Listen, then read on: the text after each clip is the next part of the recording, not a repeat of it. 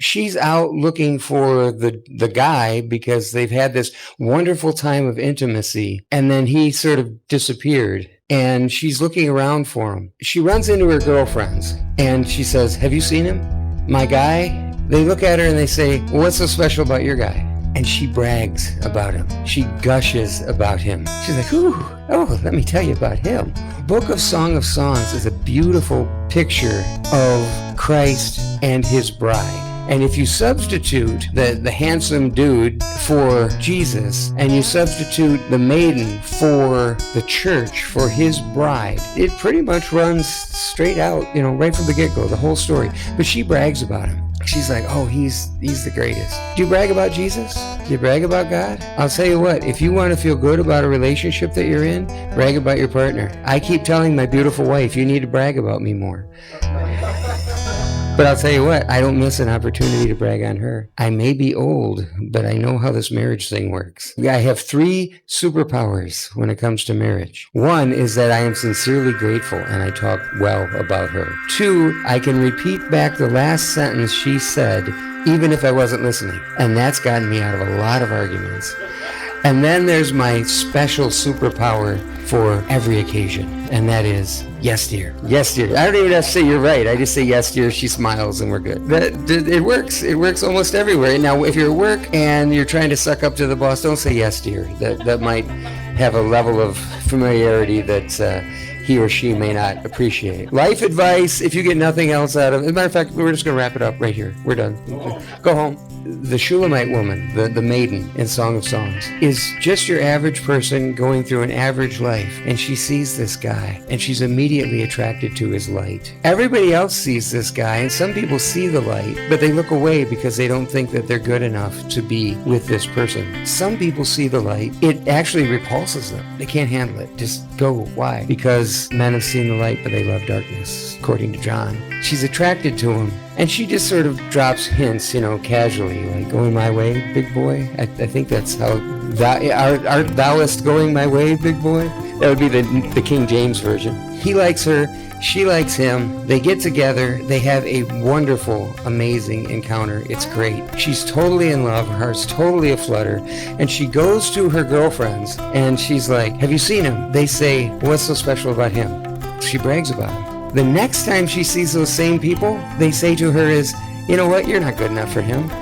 You don't even stand a chance. Why would God want you? You're not good enough for that."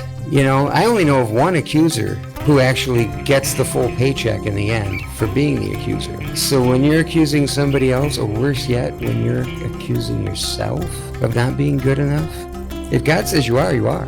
As my friend Tom Matthew has told me, humility is not genuflecting. It's not, "Oh, I am such a lowly worm." You guys have heard me say this before. "Oh, I'm a lowly worm. I'm not." No, humility is understanding who you are and having a right perspective of it. I am Mark, and God loves me, and I'm beautiful in his eyes. That's what I see when I look in the mirror. Because if I'm looking in the mirror and I'm going, "Wow, you've got really fat. You look like you ate, Mark," then I'm accusing myself, and I'm doing the devil's job and not even getting paid for it. So I don't want that paycheck. No, he gets bonuses and raises and all kinds of stuff. Don't want to be there when he gets paid. But she has this amazing time with him, and he says to her, "Come away." And she's like, "But we had this wonderful moment on the couch. It was great. It's the best thing I've ever experienced. This is incredible. I never even knew my life could be this good." He says, No, I have something more for you. I have something more for us. Come away with me." And she's like, "No, you know what? I really like it on the couch here. I really, just come back and let's relive that glory." Then he's gone. So she goes out looking for him, and she says to the women, "Where is he? Have you seen him?" Girl, you don't even stand a chance." She goes to the guardians of the city. And the guardians of the city are the people who are there to protect her. The people who are there to serve her, right? To make sure that her experience is safe and everything it should be. And she nags them so much about, "Have you seen this guy?" that they end up beating her up. So the very people who are supposed to protect her ends up harming her. Now, I'm going to put some stuff in here that Solomon didn't necessarily write. We do Markology 101 here. Okay, everybody say, "I love Brother Mark." Thank you.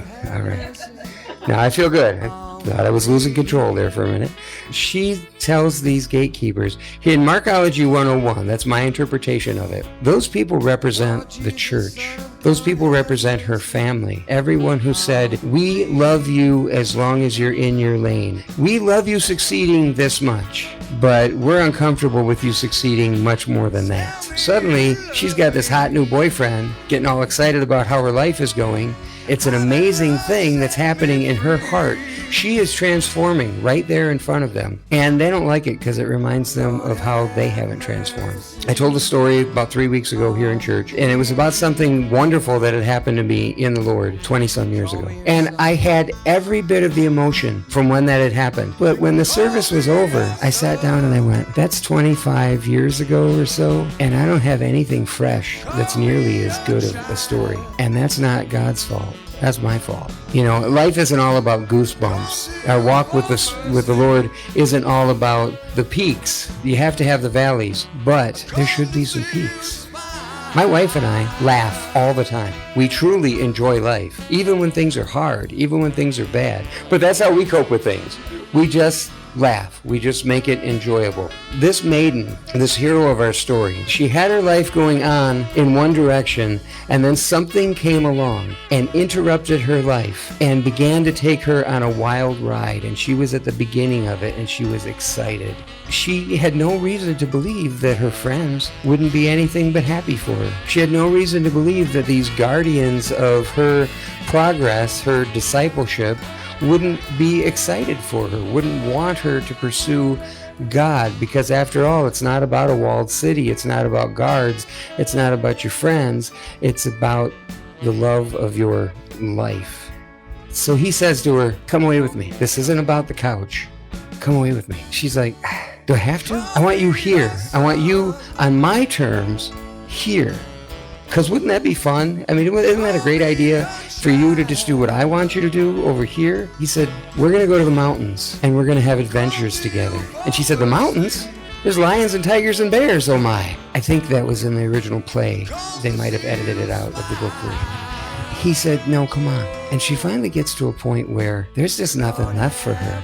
Everything that she thought was safe, comfort, everything that she thought was family and was normal turned out to be unsafe and disappointing. When you discover that love of your life and enter into that love relationship, you guys remember what it felt like when you first got saved? You remember how, wow, the world was just, this is incredible. And then you go along, you're like, where are you, God? Where are you? I thought we had a good thing going over here. And God's like, oh, no. We're not even begun yet. Follow me, and we'll see how this goes. That's why whenever anybody asks, I always say, I said the sinner's prayer in August of 1988, but I gave my life to the Lord on July 13th, 1992. What was the difference? Was me. I surrendered to him. He showed me himself to be worthy, and I mentally assented to that and said words to that effect. But about 4 years later, I came to an end of myself and surrendered to him. And that's what our heroine is doing in the story. She gets to a point where she realizes that nothing is safe anymore. Nothing is as she thought it would be.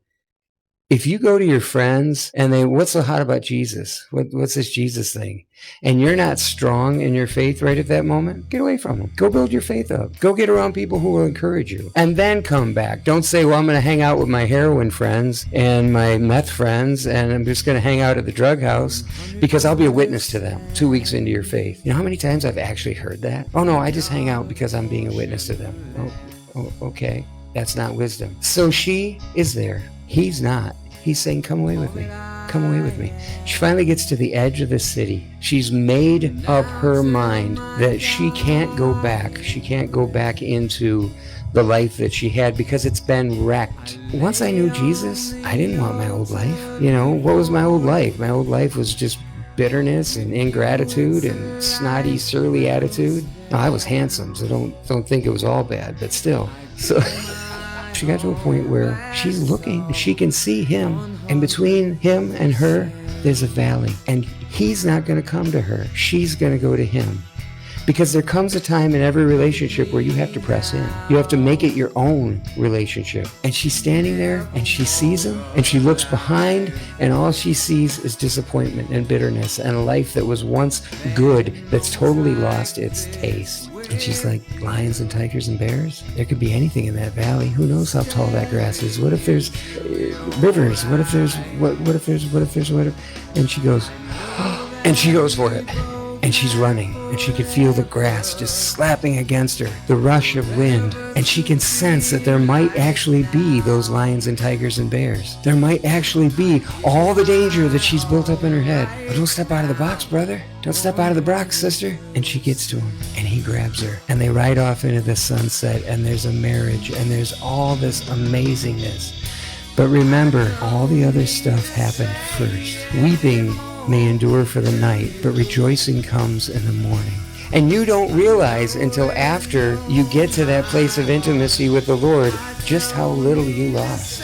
If we knew just how little we were giving up to follow Christ, we would have done it forever ago.